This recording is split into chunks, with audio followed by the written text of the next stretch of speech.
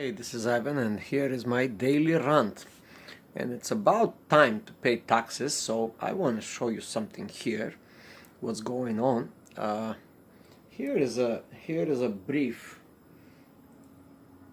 view of the paper trail.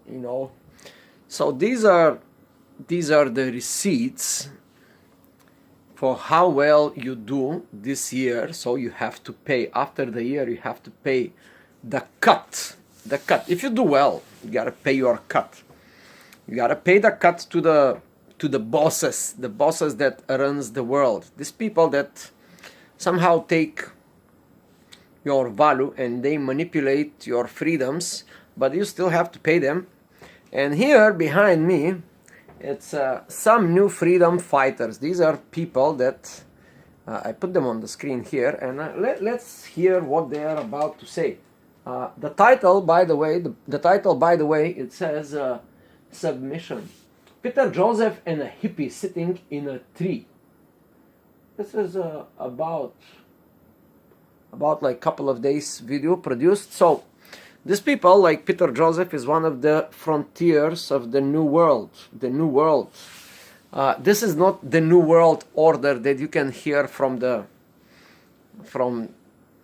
conspiracy channels, but this guy is somewhat, a forward-thinking person. One of the people that kind of live in the future. He used to work in the old world. This is the old world, the world of paper trail.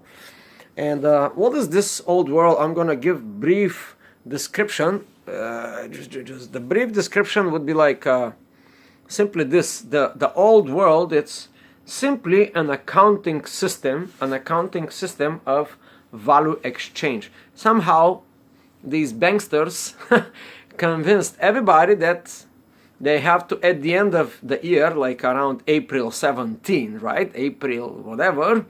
Somehow we have to give our share to the society. But I think this is a broken society, and these people here, they are talking about this broken society. I think this is not this problem of the paper trail and who should give value to who.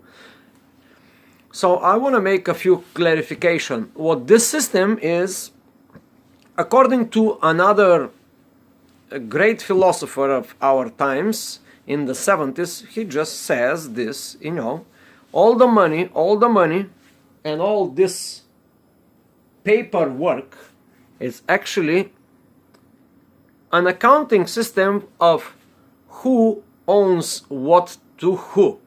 However, somehow the whole society agree that if I owe you this and if you owe me that, a portion of this owing has to go directly to some guys way on the top, the people that are running the world in nowadays. I'm gonna call this like the old world or the old capital. This is really an old money, old capital. These people, they want to hold power. And now with the internet and with the free kind of media, alternative media, there is new trends. New people are showing up. They start talking about self-sustained cities, self-sustained economy of value exchange, bitcoins, blockchains, new technologies are coming. So the technology, it's one of the ways to resolve this problem. Some people say, okay, we're going to make a direct voting system. We're going to make democracy by a different way. Now the democracy is broken, but I want to put this thing here. Democracy has been always broken in the world. It never worked and it never will. And if these people, like if Peter Joseph and this hippie, she's a woman that, she's a girl or a woman that she has some very good ideas, right? But if these people are there young, if they are young and naive, in other words, if they did not check the history, and I'm quite sure that Peter Joseph checked the history very well. So, if these people don't check the history, the history would say that starting from the Roman Empire, this democracy idea, the republic, it never worked because of the corruption. And where this corruption comes from? This corruption comes from very deeply rooted, some traits, not all of them, but some traits of the human nature. I'm not saying that the human nature is bad or evil, because that would be like a dualistic statement, but some of the traits of this human nature somehow, like the corruption of the mind, the corruption of the soul, the corruption of any system, and the bigger system becomes, the more corruption we get. Like some of the mafia bosses said that some of the mafia bosses said that he was a mafia guy on the street, and then he rise to the top to actually he got involved in politics. But his observation is simply this: the higher I go, the more crooked people I see, or something like this. It simply said that the higher he went, the more corruption he saw, the more noble position in the society people take, the more corrupted these individuals become. So this is one of the things. It's kind of a problem of a new level of thinking, new consciousness. There are people now in the world that they do have this level of thinking, such as, they have been all through the ages, starting from Jesus Christ, and modern philosophers now, modern like Jack Fresco, for example. These people somehow are not heard. Or so my point is simply this: if we look around the history, in reality, for the last 6,000 years recorded history, not too much has changed, really. Like, that's the reality. Whether you put a blockchain to do direct democracy, or whether you implement a lot of technology, it's all boils down to a human consciousness and understanding of certain things. And people, regular people that have little or no understanding of how the reality works, how the real world works, they got very easily confused. They are kind of bamboozled by any kind of idiotic idea that on the surface appear to be very, very lucrative, right? So we are all victim of this.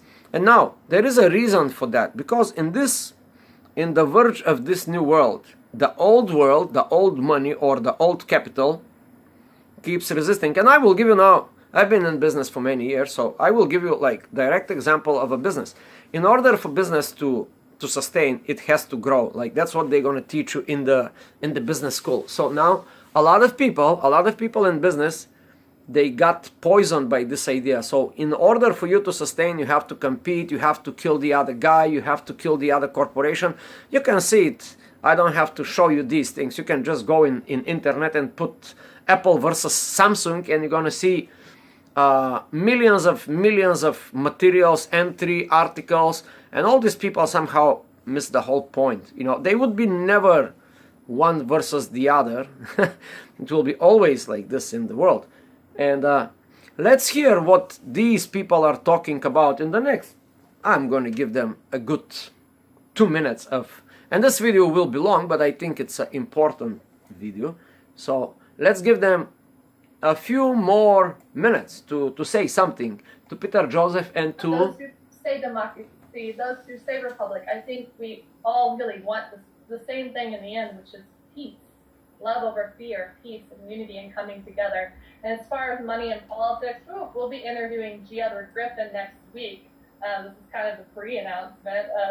The expert on the monetary reserve will be here on the Free and Equal Network, who wrote the book The Creature from Jekyll Island. I couldn't agree with you more how the Federal Reserve being created in 1913 simultaneously with the income tax, all of a sudden there's all this funding through this this currency, the Federal Reserve, to create war. Now, we have two people here. We get the chance to hear one of them. And one thing cannot but not strike me. That's the naivety of this person. How naive she is. She is young, she is enthusiastic, she is she is all for peace and all this stuff, but in reality, you can see it in her face that it's slightly, how to say that, too naive to resolve these problems. And these are usually the people that are bamboozled by the by these people. They are good, they have very good intentions, don't get me wrong. These people have like tremendously good intentions, if not the best intentions right now. I'm doing this video 2018, right? So these are the people that have the best intentions. But the way and the tools that, the ways, the means, the tools, the people that are involving and implementing on resolving this issue, it's just my prediction, it's going to take long time to work, you know. A grassroots movements such as Zeitgeist, creation of Peter Joseph, I admire this guy, and also this girl, they have very powerful reach now. But the problem is they are attracting these naive people that are very easily, again, duped into this idea that things will change fast, they will change instantaneously, we're going to put this thing and we will resolve the issue, all of a sudden it will be peace. There will be never peace unless there is peace in yourself. Let's put it this way, unless you have peace within, like the let's say the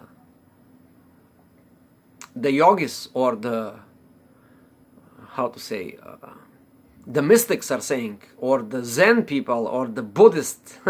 These are the kind of people that have to be also brought up into this community of these innovative movements around the world. Bitcoin, blockchains, all kinds of coins, things for value. And again, when this kind of things are emerging, I see one very terrible trend, very terrible trend. And here is the whole point of my video. If you get to this 12 minutes here, now listen to the most important thing. Somehow the old world is slowly rearing its ugly head into the new world. These people are infiltrated. And one question, you know, just one question, for example. This girl just said in the beginning of the video that is non-for-profit organization, correct? But I'm wondering how she is sustaining in the real world. You know, when we as humans are in the brink of a new world, in the, how to say, in the edge of between the old world and the new world, how these people actually sustain in the old world, and how they sustain in the old world and trying to push for the new world. That takes a tremendous effort from these people, such as Peter Joseph, such as this girl and others. And this is like a very interesting thing to know, because I'm really interested. I personally cannot stand the old world anymore. But I really have no direction at the moment how a person, the average Joe, let's say we are the average Joe, how we can sustain in the old world and adopt these new ideas. I mean, like physically, how are we going to pay our rents, how are we going to pay our bills, how are we going to pay electricity, how are we going to pay our expenses, food, shelter, clothing. And such people are actually presenting a totally different model. But we still, I'm talking about the right now moment. I'm doing this video 2018, early April. Today is what, April 9? And how are we going to resolve this problem, you know, this paperwork, this old thing, and move to the new world, the world of, if it comes to be, I doubt a little bit, but if it comes to fruition, this world, how we're going to go to this transition. And that's just my question, opinion. It's my opinion. You don't have to take it seriously. But the question still remains. How, for the next 10 years, let's say this, what these people are talking about, it's a very complex thing. It's like, for example, moving from slavery to democracy, something like this, like moving from feudalism to something else, moving from capitalism to communism in the early century. It's the same thing. It's a transition, and this transition will be very, very tough for the regular Joe. So what the regular Joe Schmo, what this guy can do, or what the regular girl, I don't know what is the offensive or whatever name for the the substitute of Joe Schmo. It should be something like Janie Schmaney or something like this. I don't know what is that. But how these people will go forward. And what I have seen from the corporate world. Now, let me share my opinion on this one too. There are these people like in the big global corporations like Microsoft, and these are the exactly. I've just heard this woman is talking about, you know, we're gonna have like here Microsoft and all these big organizations and whatever. But these are big organizations. They come from the old world. How would you go to a person? Let's say you go to a venture capitalist and tell him, "Hey, Joe, hey, you're a venture capitalist. I have this beautiful idea to change the world, right?" And he will tell me what it is. You know, like tell me what it is. And you will say, "Okay, listen, I want to change the whole world where nobody will be exchanging money, because that's an old thing. We have this new technology, you know, like Bitcoin or whatever, you know." So to put it in perspective, like about 100 years ago, there was this guy, Thomas Edison, right? And this other guy, Nikola Tesla, and the same thing happened. It's just 100 years, but somehow we can't see what really happened. You know, like this guy, Nikola Tesla, went to Thomas Edison and told him, "Hey, and then he went to the Rockefellers, and then he went to all these people with money. And this guy, Nikola Tesla, of course, he died broke in his hotel, around here in New Yorker hotel. But this guy went to these people once and he asked them, "Hey, let's make this big vision." And then this guy, Rockefeller or whatever, you know, the people, the funders, the people that was supposedly helped these people to do this vision, you know, they asked him this simple question: "Hey, listen, what is it in for me? Now, if I give you this back then, hundreds of thousands of dollars, millions of dollars, if we go forward with this, what is it in for me?" And these people, they first of all, they don't pay taxes. They don't have this problem because they are the people behind the taxes to begin with. But they also want to make interest on your value. You know, if I owe you X value, they want to put like a little bit of twist interest. So when this guy, Nikola Tesla, said, you know, this will be free, and these people shut down the project, you know, from the history. I hope if you are watching this video, you should be familiar with this story. They shut down the whole thing. And the reason for that, because it's once again, the old world, it's a very conservative world that is based on money, interest, and hidden value, gimmicks, advertising, paper trail. They want to be the accountants, kind of. They want to be the accountants of the society. So who does what and how? And on the top of this, you have to give them a little bit of cut. If you say, I owe this year, I made like $1 million, right? By the law, by the law, like a big percentage, like 30 to 40%, 20%, you know, they just take it away. In the Roman Empire, just let's put it in the perspective. I don't know how accurate is this, but that was like about 10%, maybe 10-15%. So all these taxes that the Roman Empire was built up was not that much. But here in United States of American Empire, this value is way too high. And if you happen to be a worker, if you happen to be like a regular Joe that have a regular job, you're double if not triple fucked. I'm sorry for my French, but that's what it is. Because this government, these people, they don't trust you.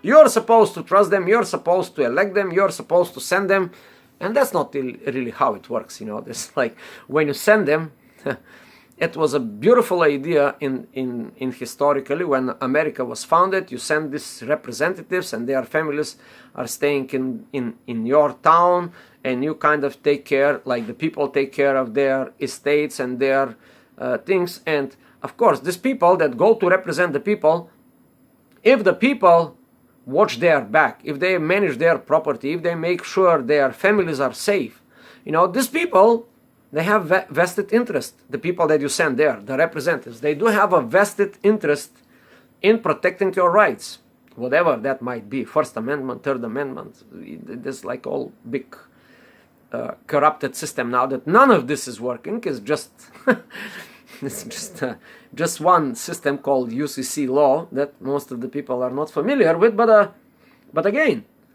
if that was the case, they would have a good interest to watch your back. And the opposite happened. They just move out, they move their family, they go in the District of Columbia, which is a totally different foreign country, foreign entity, foreign body outside of America that has nothing to do with America. They just go there and they set up their shop and they do business. It's like, and how this kind of people will go over this system. It has to be a scientific approach to the method. And again, there is a method to the madness. Yes, it has to be madness. They will be madness. I predict it's going to be a lot of madness. When these people rise a little bit more, when Peter Joseph and this girl and that kind of people, when they rise a little bit more, probably tenfold more, it's going to be a big resistance for the old folks. I didn't say folks, you know, I say the old folks. It's probably Irish. So that's my comment today. For Peter Joseph, I wish him good luck. And of course I made a video why this guy didn't call me yet, but that's right. Wish them good luck. And actually, I would like to join the movement as well, but I do not know how. So if somebody has a good idea, let me know. And subscribe to this channel if you like these talks. This is like 22 minutes, a long rap, long rant, but it's worth subscribing. Thank you.